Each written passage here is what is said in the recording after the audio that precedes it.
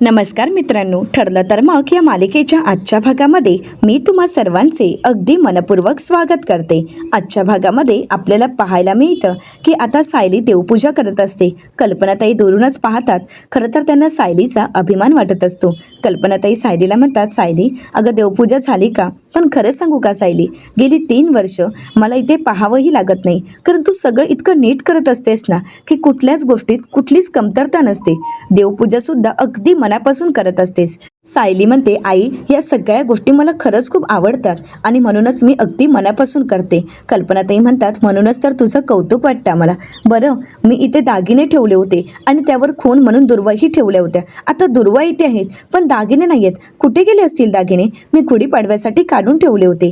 तर सायली म्हणते, आई ते दागिने आहेत, मी पुसण्यासाठी टेबलवर घेऊन ठेवले होते, परंतु आई मला सांगा तुम्ही अशी दुर्वाची खून का करून ठेवली होती? तर आता कल्पनाताई म्हणतात, सायली अगं आता माझं वय झालंय ना, सगळ्याच गोष्टी काही लक्षात राहत नाही, पण त्याच्यावर जर अशी काही खून करून ठेवली ना की मग मात्र लक्षात राहतं। तर आता सायली म्हणते, बरं म्हणजे त्यासाठी तुम्ही खून करून ठेवली होती? तर कल्पनाताई म्हणतात, हो ग, कारण तुला म्हटलं ना की काही गोष्टी लक्षात राहत नाही, मग विसरायला नको म्हणून हे सगळं काही। तर त्यानंतर कल्पनाताई म्हणतात, सायली तुला माहीत आहे का, अगं मी लहान असताना ना खूप मस्ती करत होते, म्हणजे जर कोणी माझ्याशी भांडायला आलं ना तर मी असा कोपरा मारायचे आणि खूप चिडचिड करायचे। तर सायली म्हणते, आई तुमच्याकडे बघून खरंच असं वाटत नाहीये। कल्पनाताई म्हणतात, वाटत नाही ना, पण मी खरंच तशी होती। मग तुला माहित आहे का, मी कोपरा मारायची ही सवय माझ्या आईला अजिबात आवडायची नाही आणि म्हणूनच माझ्या आईने एक दिवस मला चटका दिला। हा बघ, अजूनही डाग तसाच आहे। आता कल्पनाताई त्यांच्या कोपरावर असणारा चटक्याचा डाग सायलीला दाखवतात। त्यावेळी सायली शांत होते, ती विचार करते आणि तिला आता वंदना जाधव यांचं बोलणं आठवतं, कारण ज्यावेळी प्रिया आणि सोहम यांची मारामारी झालेली असते त्यावेळी सोहमने सुद्धा स्वतःची सुटका करून घेण्यासाठी तिथे असणारं पेट्ट लाकूड प्रियाच्या खांद्याला लावलेलं असतं आणि प्रियाला चटका दिलेला असतो। तर आता सायली मनाशीच म्हणते, वंदना जाधव म्हणाल्यात त्याप्रमाणे प्रियाच्या डाव्या खांद्यावर अजूनही भाजल्याची खून असू शकते आणि त्यासाठी आज ती मला पाहावीच लागेल। तर कल्पनाताई सायलीला म्हणतात, बरं सायली मी ते दागिने पुसून घेते, तोपर्यंत तुम्ही सगळ्यांनी छान तयार व्हा आणि हो खूप छान तयार व्हा आणि दागिने वगैरे घाल, कारण पूर्णाई मला म्हणाले आहेत की तुम्ही छान तयार व्हा आणि घोडीसोबत मला फोटो पाठवा, त्यामुळे पूर्णाईंना फोटो पाठवायचा आहे। सायली म्हणते, बरं ठीक आहे। तर कल्पनाताई तिथून निघून जाणार। तर सायली आवाज देत म्हणते, आई तुमच्याकडे अशी नवी कोरी काटापदराची साडी आहे का, म्हणजे गोल्डन जरीची? तर कल्पनाताई म्हणतात, हो ग आहे, माझ्या मैत्रिणीच्या मुलीचं लग्न होतं ना, त्या लग्नात तिने मला दिली होती, तुला नेसायची आहे का? थांब मी तुला देते। कल्पनाताई असं बोलतात। सायली म्हणते, नाही आई मला नेसायची नाहीये, ती साडी तुम्ही प्रियाला द्याल का? कल्पनाताई म्हणतात, नाही ग, माझी साडी त्या तन्वीने नेसावी अशी माझी अजिबातच इच्छा नाही आहे, पण तू असं का बोलतेस? सायली म्हणते, आई प्लीज द्याल ना, मी म्हणते म्हणून तरी द्याल का? कल्पनाताई म्हणतात, अगं पण का? आणि हो तिच्याकडे मॅचिंग ब्लाऊज असणार आहे का? तर सायली म्हणते, हो आई तिच्याकडे गोल्डन कलरचा शिवलेस ब्लाऊज आहे। कल्पनाताई म्हणतात, अगं पण गुढीपाडवा आहे, शिवलेस कसं चालेल? सायली म्हणते, काही हरकत नाही आई, आपणच आहोत ना, चालेल ना। तर कल्पनाताई म्हणतात, बरं पण तू असं का म्हणतेस आणि तुला कसं ग माहीत की तन्वीकडे गोल्डन कलरचा ब्लाऊज आहे? तर सायली म्हणते, अजून कोणाला माहीत असणार? तिचे कपडे इस्त्रीला देणं, ते कपडे धुणं हे सगळं काही मीच बघते, त्यामुळे तिच्याकडे कोणकोणते कपडे आहेत हे मला चांगलंच माहीत आहे। तर कल्पनाताई म्हणतात, सायली अगं फक्त तिच्याकडेच नाही तर घरात कोणाकडे कोणते कपडे आहेत, कोणता रंग कोणाकडे नाही, हे सगळं काही तुला माहीत आहे, कारण घरातील प्रत्येक गोष्ट तू सांभाळण्याचा आणि अगदी मनापासून करण्याचा प्रयत्न करतेस। पण सायली अगं मला खरंच इच्छा नाही आहे गं त्या तन्वीला माझी साडी द्यायची। तर सायली म्हणते, आई प्लीज प्लीज मी सांगते म्हणून। तर कल्पनाताई म्हणतात, बरं ठीक आहे, तू म्हणतेस म्हणून मी साडी देते, पण सायली तुझ्या मनात नक्की काय विचार चाललाय? म्हणजे हल्ली अर्जुन आणि तू जे सांगाल ते मी करते, पण तुम्ही मला सांगतच नाही आहात, नक्की काय चाललंय? तर सायली म्हणते, आई तुमचा आमच्यावर विश्वास आहे ना, मग एक दिवस आम्ही तुम्हाला सगळ्यांना ते सत्य सांगणार आहोत, फक्त आमच्यावर विश्वास ठेवा। कल्पनाताई म्हणतात, सायली अगं तुमच्यावर विश्वास आहे म्हणूनच तर मला कारण माहीत नसताना सुद्धा तुम्ही जे सांगताय ना तेच करता। तर सायली म्हणते, आई याचं तुम्हाला चांगलंच फळ मिळणार आहे, असं म्हणत कल्पनाताई आणि सायली देवी आईसमोर हात जोडतात आणि त्यानं बरं ठीक आहे, तोपर्यंत मी बाकी सगळी तयारी करून घेते। आता अश्विन आणि अर्जुन खुडीसाठी हार बनवत असतात. तर अर्जुन अश्विनला म्हणतो, अश्विन अरे नीट करा, कसाही हार झालेला चालणार नाही. तर अश्विन म्हणतो, मीच चुकीचं करतोय का? अरे दादा तुझी बघ, तू जो काही हार बनवतोयस ना त्यातली पानं बाहेर पडतायत. आता मात्र अर्जुन हार पाहतो तर खरंच त्याच्या हाराची अवस्था खूप विचित्र असते. तर आता कल्पनाताई आणि सायली हसू लागतात. प्रतापराव येत म्हणतात, घोडीची काठी स्वच्छ धुवून सजवून तयार आहे. तर कल्पनाताई म्हणतात, बरं मग आता माझ्या मदतीला या. प्रतापराव कल्पनाताईंना मदत करत असतात. तर कल्पनाताई प्रतापरावांना आता कशी तयारी करायची हे सांगत असतात. तर प्रतापराव सायलीला आवाज देत म्हणतात, सायली अगं बाहेर किती सुंदर रांगोळी काढली आहेस तू. तर अर्जुन म्हणतो, माझ्या बायकोने सुंदर रांगोळी नाही काढली ना तर ती न्यूज होईल, आणि सुंदर रांगोळी काढली यात काय सांगायचं आहे, ती तर नेहमीच सुंदर रांगोळी काढते. तर प्रतापराव म्हणतात, हो का? अर्जुन म्हणतो, हां. तर प्रतापराव म्हणतात, मग बायकोकडून शिका काहीतरी, कधीपासून बघतोय फक्त एक तोरणच बनवतोयस. असं म्हणत सर्वच जण आता अर्जुनवर हसू लागतात. तर अश्विन म्हणतो, चला माझं तोरण तयार आहे. असं म्हणत अश्विन त्याने बनवलेलं तोरण सर्वांना दाखवतो. तर त्यानंतर अर्जुन म्हणतो, माझं पण तयार आहे. आता अर्जुन जे तोरण दाखवतो त्यावर मात्र सर्वच जण हसू लागतात. तर अश्विन म्हणतो, हे तोरण तो तयार करतोय ना तेव्हापासून हसायला येते. अर्जुन म्हणतो, एवढं छान तोरण बनवलंय तरीसुद्धा तुम्ही हसताय. तर आता अश्विन म्हणू लागतो, असं युनिक तोरण ना मी पहिल्यांदाच बघितलं आहे. असं युनिक तोरण कोणी बनवलंच नसेल. असं म्हणत सर्वजण हसत असतात. तर कल्पनाताई अर्जुनला म्हणतात, अर्जुन अरे तू सायलीचा नवरा आहेस याची तरी लाज बाळग की. अरे ती मात्र सगळं काम, प्रत्येक काम अगदी व्यवस्थितपणे करत असते, आणि तू मात्र प्रत्येक कामात फक्त गोंधळ घालत असतोस. अर्जुन सायलीला आवाज देत म्हणतो, बायको ये आणि आता तूच मला शिकव तोरण कसं बनवायचं. तर आता सायली अर्जुनकडे येते आणि म्हणते, असं कोणी तोरण बनवतं का? एक पान उलट एक पान सुलट, तुम्ही सगळी पानं अगोदर काढून टाका बरं. असं म्हणत सायली पुन्हा एकदा अर्जुनला तोरण कसं बनवायचं हे शिकवत असते. आणि त्याचवेळी प्रिया रूममधून बाहेर येते आणि म्हणते, सॉरी मला यायला उशीरच झाला. खरं तर मला गुढीपाडव्याची सगळी तयारी करायची होती, परंतु उशीर कसा झाला काहीच कळालं नाही. सॉरी हा. कल्पनाताई म्हणतात, काहीच हरकत नाही, तुला कामच करायची होती ना, मग तुझ्यासाठी कामं अजून बाकी आहेत. आता मात्र प्रियाला धक्काच बसतो. प्रिया मनाशीच म्हणते की मला वाटलं होतं की सायली सगळी कामं करून मोकळी झाली असेल आणि मला आजचा दिवस तरी आराम करता येईल, पण कुठून काय, काहीच नाही. आता कामं करावीच लागतील. तर कल्पनाताई म्हणतात, काय झालं तन्वी, कामं करायची आहेत ना? तर प्रिया म्हणते, हो सांगा ना, मी काय करू? मी एक काम करते, तुम्हाला सगळी देवाची भांडी स्वच्छ करून देते. कल्पनाताई म्हणतात, नाही नको, ती मी करेन. तू एक काम करतेस का, तू आता बागेत जा आणि कडुलिंबाची पानं घेऊन ये. तर प्रिया म्हणते, आत्ता बागेत? मी एक काम करते, मी थोड्या वेळाने जाते, थोडं ऊन उसरलं ना की मग जाते. तर प्रतापराव म्हणतात, मग गुढी कधी उभारायची आहे? सूर्यास्तानंतर. अगं आत्ता पाहिजे आहेत गुढी उभारण्यासाठी, त्यामुळे जा आणि घेऊन ये. कल्पनाताई म्हणतात, तन्वी अगं जा ना, कडुलिंबाची पानं घेऊन ये आणि त्यानंतर साखरेच्या गाठी बनवायला घे. प्रिया म्हणते, मी आणि साखरेच्या गाठी? नाही मला येत नाही येत. कल्पनाताई म्हणतात, अगं बनवून तरी बघ, नक्की जमतील तुला, आणि हो लवकर बनवायला घे कारण नैवेद्यासाठी हवे आहेत. तर प्रिया म्हणते, नाही मला खरंच नाही येत. आता मात्र अश्विनला काय बोलावं काहीच कळत नाही. कल्पनाताई म्हणतात, अगं तुला येत नसल्या तरी विमल शिकवेल ना तुला. असं म्हणत आता कल्पनाताईंनी प्रियाला चांगलीच कामं लावलेली असतात. आता कल्पनाताई सायलीला आवाज देत म्हणतात, सायली तू एक काम करतेस का, जा आणि अस्मिताच्या बाळाला घेऊन ये. आता सायली म्हणते, हो आई. असं म्हणत सायली बाळाला आणायला जाणार, परंतु त्याचवेळी अस्मिता बाळाला घेऊन बाहेर आलेली असते. आता अश्विन बाळाला घेतो, त्यानंतर प्रतापराव घेतात आणि सर्वच जण अगदी प्रेमानेच बाळाचे लाड करत असतात. घरात अगदी आनंदाचं वातावरण असतं आणि त्याचवेळी त्या ठिकाणी सचिन येतो. आता सचिनला पाहिल्यानंतर सर्वच जण शांत होतात.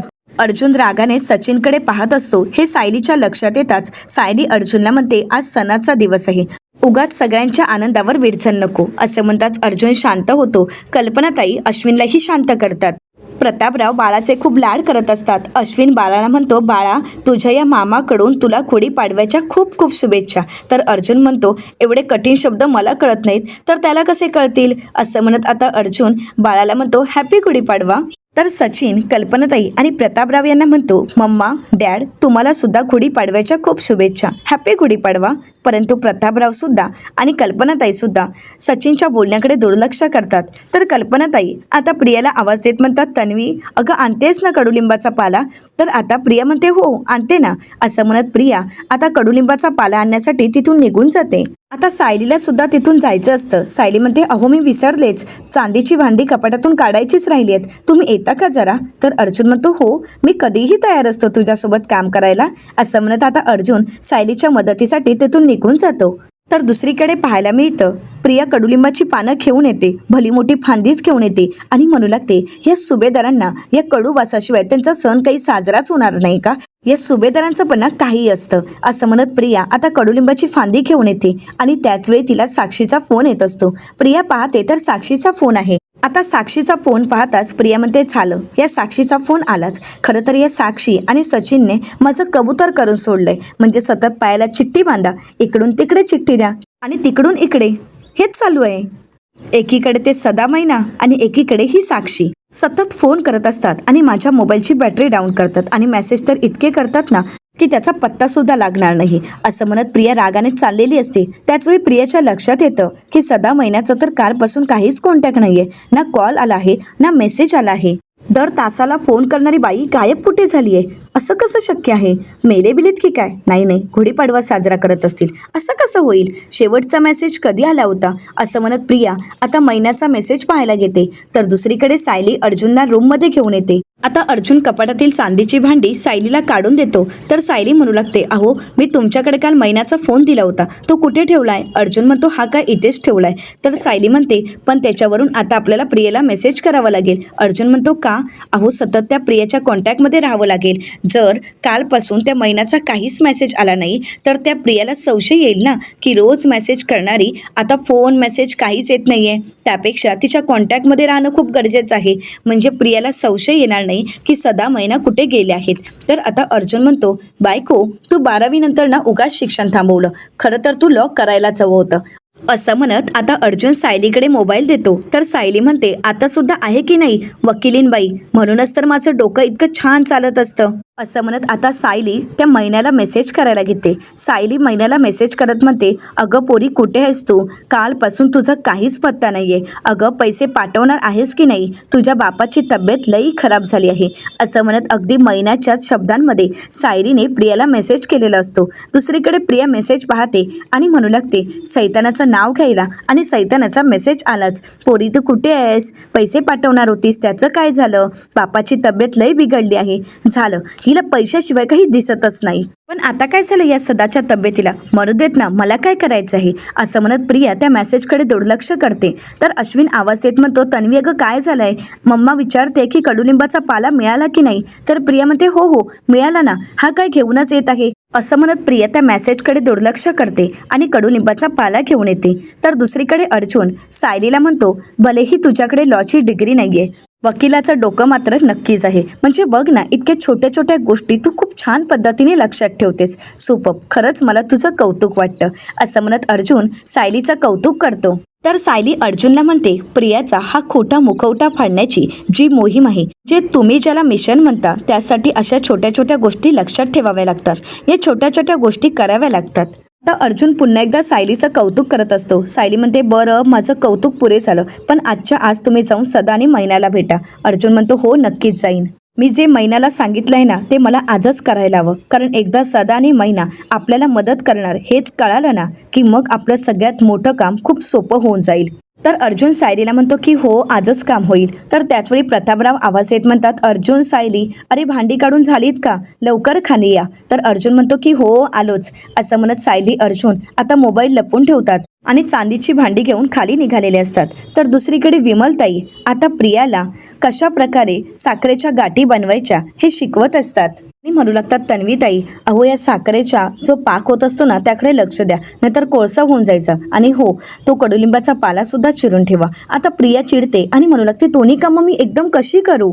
तर विमलताई म्हणू लागतात तन्वीताई अहो मी तुम्हाला मदत केली असती, पण वहिनीने तुम्हालाच सांगितलंय ना, मग मी कशी मदत करणार? असं म्हणत आता विमलताईंनी प्रियाला मदत करायला नकार दिलेला असतो. तर दुसरी आणि तुला मात्र त्याचं काहीच पडलं नाही. असं म्हणत सचिन फोनवर बोलत बाहेर निघून जातो. आता अस्मिताला सचिनची काळजी वाटत असते. जास्तीचाच पाक हातावर पडला. तर विमलताई म्हणतात, अहो मी तुम्हाला तेच सांगणार होते की पाक हातावर घेऊ नका, परंतु तुम्ही अगोदरच घेतला. कल्पनाताई म्हणतात, तन्वी अगं ते नैवेद्याच्या गाठी आहेत, त्याची अशी चव चाखून बघायची नसते. प्रिया म्हणते, नाही आई, त्या गोड झालंय की नाही तेच पाहत होते. तर आता सायली म्हणू लागते, प्रिया अगं त्यामध्ये फक्त साखर आणि पाणी आहे, मग त्याची चव अशी वेगळी काय असणार आहे?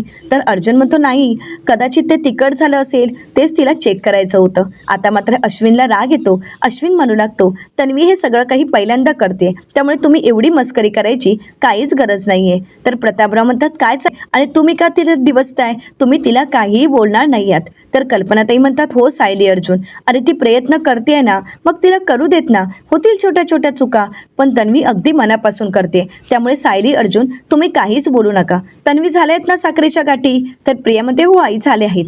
असं म्हणत कल्पनाताई आणि प्रतापराव आता प्रियाची बाजू घेण्याचं नाटक करतात. अर्जुन म्हणतो, बरं आम्ही काही बोलत नाही, पण दिवाळीपर्यंत तरी होईल ना, म्हणजे दिवाळीला साखरेचं तोरण लावायची वेळ येईल. प्रियाला मदत करत असतो.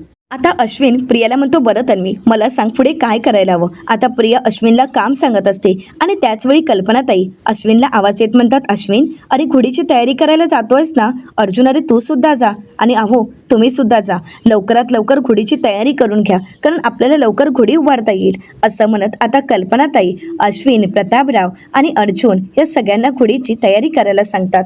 आता प्रतापराव अस्मिताच्या बाळाला अस्मिताकडे देतात. तर अस्मिता म्हणू लागते, डॅड सचिन सुद्धा कॉलवर आहे, तो तुम्हाला करेलच मदत. परंतु अस्मिताच्या या बोलण्याकडे कोणीही लक्ष देत नाही आणि सर्वजण गुढीपाडव्याची तयारी करण्यासाठी तिथून निघून जातात. तर इकडे प्रिया विमलताईंना म्हणते, आता या कडुलिंबाचं काय करू मी? तर विमलताई म्हणतात, हो तन्वीताई, मी तुम्हाला सगळं काही सांगते. अगोदर हा तुम्ही पाला कुटून घ्या, मग मी तुम्हाला सांगते ना पुढे नक्की काय करायचं असतं. आता कल्पनाताई आणि सायली प्रियाची मजा घेत असतात. आता प्रिया खलबत्त्यात कडुलिंबाची पानं टाकते आणि त्यामध्ये भरमसाठ पाणी टाकत असते. सायली आणि कल्पनाताई या दोघांनाही हसायला येत असतं. कल्पनाताई सायलीला म्हणतात, बरं सायली, त्यानंतर तू नैवेद्याची तयारी करशील ना? तर सायली म्हणते, हो आई. कल्पनाताई म्हणतात, बरं तू तयार होऊन ये, आणि अगं तन्वी अगं पटापट हात चालव, लवकर आपल्याला गुढीपाडवा साजरा करायचा आहे. तर त्यानंतर कल्पनाताई म्हणतात, अगं तन्वी तुला सुद्धा तयार व्हायचं असेल ना, मग लवकर आवरून घे, मी सुद्धा तयार होऊन येते हां. असं म्हणत कल्पनाताई आणि सायली तिथून तयार होण्यासाठी निघून जातात. प्रिया मात्र किचनमध्ये कडुलिंबाचा पालाच कुटत असते. तर दुसरीकडे आता सचिन फोनवर बोलत बाहेर आलेला असतो आणि म्हणतो, हो मी तुमचे पैसे देणारच आहे, माझ्या बायकोच्या अकाउंटचा काहीतरी प्रॉब्लेम झाला आहे, तो एकदा सॉल्व्ह झाला ना की मी तुमचे पैसे देईन. तर इकडे अर्जुन, अश्विन आणि प्रतापराव बाहेर आलेले असतात. तर आता अर्जुन हे सगळं काही बोलणं ऐकतो. तर हेच म्हणत तो फोन ठेवतो आणि मागे येऊन पाहतो, तर प्रतापराव, अश्विन आणि अर्जुन तिथे असतात. आता मात्र अर्जुन चिडतो आणि म्हणतो, सचिन तर तुला. तर आता प्रतापराव अर्जुनला म्हणतात, अर्जुन आपल्याला घोडी उभारायची आहे, उगाच वाद घालू नकोस. असं म्हणत त्याच्याकडे दुर्लक्ष करत आता घोडीची तयारी करायला घेतात. आता सचिन तिथून निघून जातो. अर्जुन, अश्विन आणि प्रतापराव तिघही मिळून घोडीची तयारी करत असतात. तर दुसरीकडे सायली तयार होते आणि खाली येत म्हणते, झाली का सगळी तयारी? तर कल्पनाताई येत म्हणतात, तन्वी अगं तू अजून तयारच झाली नाही आहेस का? अगं आपल्याला घोडी आहे. कल्पनाताई तन्वीला साडी देतात आणि म्हणतात, अगं तुझ्यासाठीच मी काढून ठेवली होती, मी तुझ्याच खोलीत जाणार होते, बरं झालं तू मला इथेच मिळालीस, ही घे ना, आणि आज ही साडी तू नेसायची आहे. प्रिया म्हणते, आई ही साडी माझ्यासाठी? कल्पनाताई म्हणतात, हो तुझ्यासाठी. प्रिया म्हणते, आई मला किती भारी वाटतंय सांगू. असं म्हणत प्रिया मनाशीच म्हणते, म्हणजे आज मला साडी मिळाली आहे, हे सायलीला नाही. म्हणजे सायली पुन्हा एकदा मूर्ख बनली आहे. कल्पनाताई म्हणतात, नेशील नाही साडी? पण बरं तन्वी, अगं माझ्याकडे ब्लाऊज शिवायला वेळ नव्हता, खरं तर मापाचा ब्लाऊजही नव्हता तुझ्या, म्हणून म्हटलं तुझ्याकडे एखादा मॅचिंग ब्लाऊज असेलच ना? प्रिया म्हणते, हो आहे ना, परंतु तो तर शिवलेच आहे. कल्पनाताई म्हणतात, मग काय झालं, असू देत, काहीच हरकत नाही. प्रिया म्हणते, पण आज सण आहे ना, मग सणा दिवशी असा ब्लाऊज चालेल? कल्पनाताई म्हणतात, हो नक्कीच चालेल. सायली म्हणते, असं कसं चालेल आई, अवोज गुढीपाडवा आहे आणि गुढीपाडव्या दिवशी असे शिवलेस कपडे घालायचे असतात का? कल्पनाताई म्हणतात, सायली अगं आपल्या घरात कोणाला अशी कुठलीच बंधनं नाही आहेत, मग तन्वीला पण का अडवतेस तू? तर सायली म्हणते, आई. तर कल्पनाताई म्हणतात, सायली तू काहीही बोलू नकोस, तन्वी जा बरं, तू तयार होऊन ये, तू शिवलेस ब्लाऊज घातला तरी काहीच हरकत नाही, पण ही साडी नेसून दाखव आम्हाला. तर प्रिया म्हणते, हो हो येतेच. आता प्रियाला खूप आनंद झालेला असतो. कल्पनाताई सायलीवर आवाज चढवतात, तिला ओरडतात, हे पाहून प्रिया खूप खुश होते. प्रिया नाटक करत म्हणते, आई ही फक्त साडी नाही आहे ग, तुमचा आशीर्वाद आहे. असं म्हणत प्रिया ती साडी घेऊन तिथून निघून जाते. आता कल्पनाताई आणि सायलीला हसायला येतं. कल्पनाताई सायलीला म्हणतात, सायली मला जमलंय ना. सायली म्हणते, आई तुम्हाला तर अभिनयाचं पारितोषिकच द्यायला पाहिजे, खरंच अगदी मस्त काम केलंय तुम्ही. तर कल्पनाताई म्हणतात, ती प्रियासुद्धा काही कमी नाही आहे. काय म्हणाली बघितलंस ना, आई ही फक्त साडी नाही आहे, तुमचा आशीर्वाद आहे. कल्पनाताई सुद्धा खूप हसू लागतात. सायली म्हणते, बरं आता थोड्या वेळानंतर आई तुम्ही तिला हाका मारायला सुरुवात करा, म्हणजे तिची अगदी तारांबळ उडायला हवी. कल्पनाताई म्हणतात, बरं ठीक आहे. तर दुसरीकडे प्रिया साडी घेऊन रूममध्ये येते. ती हसायला लागते, ती खरंच खूप खुश असते. प्रिया पाहते तर तिच्या हाताला अजूनही कडुलिंबाच्या पाल्याचा वास येत असतो. प्रिया म्हणू लागते, कसली कसली कामं सांगतायत आणि त्या पाल्याचा वास अजूनही हाताचा जात नाहीये आणि हाताला पोळलं ते वेगळंच. राहून देत, पण साडी मिळाली म्हणजे आज त्या कल्पीने मला साडी दिली आणि सायलीला काय मिळालं, ठेंगा. असं म्हणत प्रिया खुश होते आणि म्हणू लागते, म्हणजे आता कल्पीचा माझ्यावर विश्वास बसत आहे. मी जी काही राब राबते ना त्याचा कल्पीवर परिणाम होतोय बऱ्यापैकी. असं म्हणत प्रियाचा आनंद काही गगनात मावत नसतो. प्रिया त्यामध्येच हरवून गेलेली असते. आता प्रिया ब्लाऊज शोधायला घेते, ब्लाऊज शोधते आणि त्यानंतर साडी नेसायला निघून जाते. तर इकडे सायलीने नैवेद्याचं ताटही तयार केलेलं असतं. आता सायली कल्पनाताईंना म्हणते, आई आपल्याला प्रियाला आवाज द्यायचा आहे ना. कल्पनाताई म्हणतात, हो हो. असं म्हणत आता सायली आणि कल्पनाताई प्रियाच्या रूमच्या बाहेर येतात आणि कल्पनाताई प्रियाला आवाज देत म्हणतात, तन्वी आवडलं का तुझं, साडी नेसायला इतका वेळ लागतोय का. तर प्रिया म्हणते, हो आई थोडा वेळ लागेल, कारण साडीची खडी मोडते आहे ना, मग ती व्यवस्थित बसत नाहीये. तर आता सायली कल्पनाताईंना म्हणते, तिला म्हणावं की मी सायलीला पाठवते. तर कल्पनाताई म्हणतात, बरं तू एक काम कर, साडी नेसण्यासाठी मी आता सायलीला पाठवते, ती तुला नेसवेल ना साडी. तर प्रिया म्हणते, नाही नको, कशाला. तर कल्पनाताई म्हणतात, अगं आजच आपल्याला गुढी उभारायची आहे, उद्या नाही, त्यामुळे प्लीज थांब, मी सायलीला पाठवते. तर प्रिया म्हणते, बरं ठीक आहे. आता कल्पनाताई सायलीला आवाज देतात आणि म्हणतात, सायली अगं जरा तन्वीला साडी नेसायला मदत कर ग. तर सायली तिथे येण्याचं नाटक करते आणि म्हणते, हो आई करते, येतेच मी आतमध्ये. असं म्हणत सायली आतमध्ये जाते आणि प्रियाला म्हणते, कशी गुंडाळून ठेवली आहे साडी आणि पदर सुद्धा उलटा लावलायस, थांब मी अगोदर निर्या सरळ करून देते. असं म्हणत सायली निर्या सरळ करत असते. आता प्रिया पदराचा पिन काढत असते. सायली म्हणते, जरा स्थिर उभी राहशील का, पिन नंतर काढ, अगोदर मी निर्या लावून देते आणि नंतर पदरही लावून देईल. असं म्हणत सायली निर्या लावून देते आणि त्यानंतर पदर लावायला घेते. तर केस असतात, तर सायली म्हणू लागते, केस जरा पुढे घेतेस का.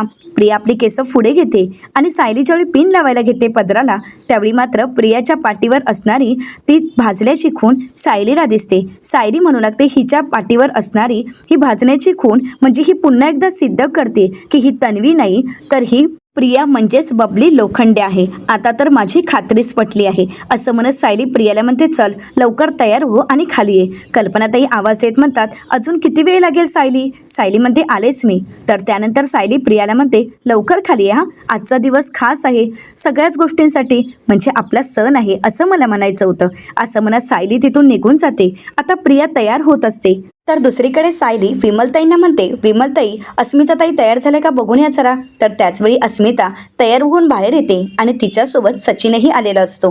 तर अस्मिताला सचिन म्हणतो, पूजा वगैरे मला माहीत नाही, माझ्यासाठी ते महत्त्वाचं नाही आहे, तू अगोदर डॅडला विचार की बँकेचं काम झालंय की नाही. तर अस्मिता म्हणू लागते, सचिन तू इतकी घाई का करतोयस, आणि आता आपल्याला एवढ्यात काही पैशांची गरजही नाही आहे, आणि आज तर गुढीपाडवा आहे, आज कुठली बँक उघडी असणार आहे, अरे आज कुठल्याही बँकेचं कामकाज चालू नसणार आहे, सगळं कामकाज बंदच असणार आहे.